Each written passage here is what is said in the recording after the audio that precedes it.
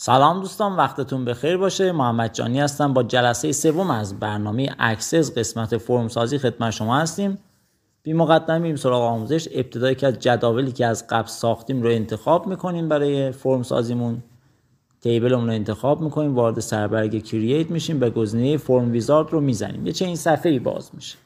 در این صفحه اون گزینه‌هایی که میخوایم براش فرم بسازیم رو انتخاب میکنیم. با این دکمه میتونیم دونه دونه بندازیم دست راست. با این دکمه کلش رو با هم میفرستیم و نکس میزنیم و فینیش میکنیم. خب الان یه فرمی برای ما ساخت. فرم کارش شکل ظاهری خوشگل کردن، خوشگل سازی جدولی که عقب ساختیم.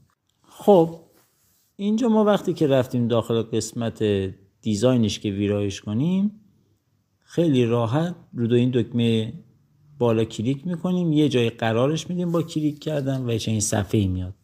اینجا دکمه‌های متعددی مثل چاپ، پرینت، قبلی، بعدی میتونیم انتخاب کنیم. اینجا من این دکمه رو انتخاب میکنم، میتونم عکس براش بذارم. بین این دو تا عکس ها میتونم اون تکست رو انتخاب کنم که تکست رو انتخاب میکنم و میخوام متن بنویسم. این متن رو پاک میکنم و به جاش می‌نویسم ثبت نفر جدید، مثلا کارآموز جدید، ثبت کارمند جدید. دکمه نیو دیگه خودمون فارسیشو می‌نویسیم. فینیش رو میزنیم.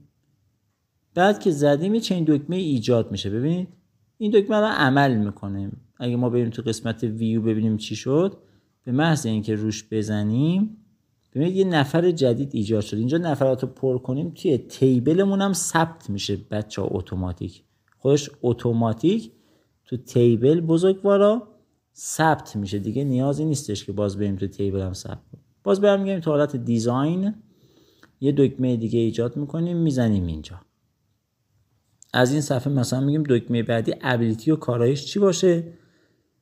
میتونیم بگیم مثلا آخرین رکورد باشه، اولین رکورد باشه، چاپ باشه، پرینت باشه، ثبت نفر جدید باشه، دیلیت نفرات باشه، کلوز باشه، بستن باشه. همه اینها اینجا هست. سربرگ های مختلفی داره. دست چپی ها سربرگن، دست راستی ها دکمه هان. میتونیم انتخاب کنیم، هر کدومه که دوست داریم انتخاب میکنیم. خب اینجا اوپن فرم رو انتخاب میکنم، نکس میکنم. یکی از مثلا کوئری جستجوهایی که قبلا ایجاد کردم و انتخاب میکنم که یه جستجوگر درست کنم که تو جلسه قبل یاد گرفتید. فینیش رو انجام میدم. اینجا دکمه جستجو ایجاد شد.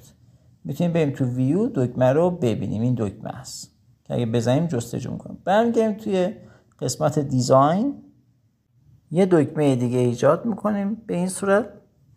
خب اینجا ما میتونیم دکمه خروج از برنامه ایجاد کنیم. میتونیم دکمه کلوز از فرم ایجاد کنیم. همه این دکمه الان این دکمه خروج از برنامه است. کلا از برنامه خارج میشه. اگه ایجاد کنیم کلا از برنامه خارج میشه. بریم اول یک دکمه خروج از فرم ایجاد بکنیم، بعد بیایم خروج از برنامه ایجاد کنیم. میریم تو این قسمت و کلاس فرم رو میزنیم. این دفعه میذاریم همون عکسش بمونه، نمیخوایم اسمش رو عوض کنیم، رو پیکچر باشه. فینیش. این دکمه رو ببینید تصویرم داره. ما دیگه این دفعه ننوشتیم خروج قسمت تکستش. یه دکمه دیگه ایجاد میکنیم، خروج از برنامه. باز کلیک میکنیم اینجا، چپ کلیک، و دکمه رو اندازش رو مشخص میکنیم. اینجا وارد اپلیکیشن میشیم، خروج رو انتخاب میکنیم، باز تصویرش. فینیش. هم تصویر رو بهتون یاد دادم، هم متن نوشتن رو. حالا بریم امتحان کنیم ببینیم چی شد. وارد قسمت ویو میشیم. به محض اینکه رو دکمه خروج بزنم میگه ذخیره کن، کلا از اکسس خارج شد. من یس رو بزنم سیو میشه، از اکسس خارج میشه. نمیخوام خارج بشم، پروژه چون دارم آموزش میدم نمیخوام وقتتون گرفته بشه. کنسل میکنم. دکمه بعدی هم که علامت در زرد رنگ داره اونم فرمو میبنده دیگه، برنامه خارج نمیشه، همین فرم رو میبنده. این هم از این. میریم قسمت رمزگذاری. وقتی میخوایم روی یک فایل اکسس رمز بذاریم اینجا سیوش میکنیم، بسته میشه و میگه که کجا ذخیرش کنم. اینجا اسمو مشخص میکنم، اسمش چی باشه. حالا این اسمو چون معقب بهش دادیم اسمو داره. پاک میکنم، یه اسمی بهش میدم دیگه، مثلا حالا پروژه مثلا دانش آموزان، مدرسه، حالا هر پروژه‌ای که میخواید بدید. و بعد روی دکمه سیو کلیک میکنیم.